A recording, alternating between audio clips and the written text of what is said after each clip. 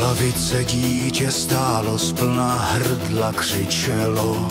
Bodejš si jen trochu málo, ty cikáně mlčelo.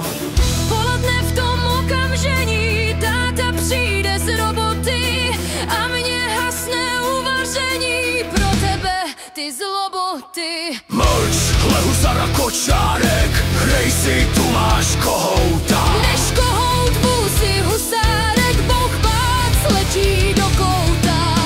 A zas do hrozného křiku I bodejště stršeň sám, že na tebe nezvedníku polednici zavolám. buď si proň ty polednice, pojď vem si ho zlostníka a hle tu dosku světnice, dveře zlehka odmyká. Malá hnědá tváři divé, pod plachetkou osoba, o berličce hnáty křivé, hlas vychřice podobá. Dej sem dítě, Kriste Pane, odpusť hříchy hříšnici, div, že smrti neovane, ej hle tuď Polednici Osalo sabieci, osalo sabieci.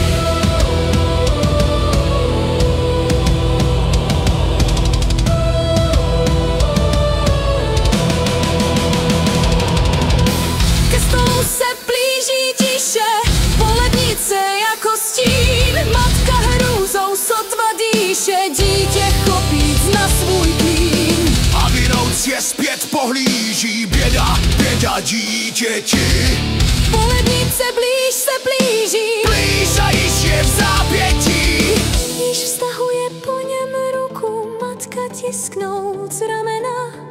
Pro Kristovu drahou muku klesá smyslu zbavena. Tu slí jedna, druhá, třetí, poledne zvon udeří, klika svakla, véře letí, táta vchází do dveří. Ve dlobách tu matka leží, k ňadrám dítě přimknuté, matku vzkřísil ještě stěží. Avšak dítě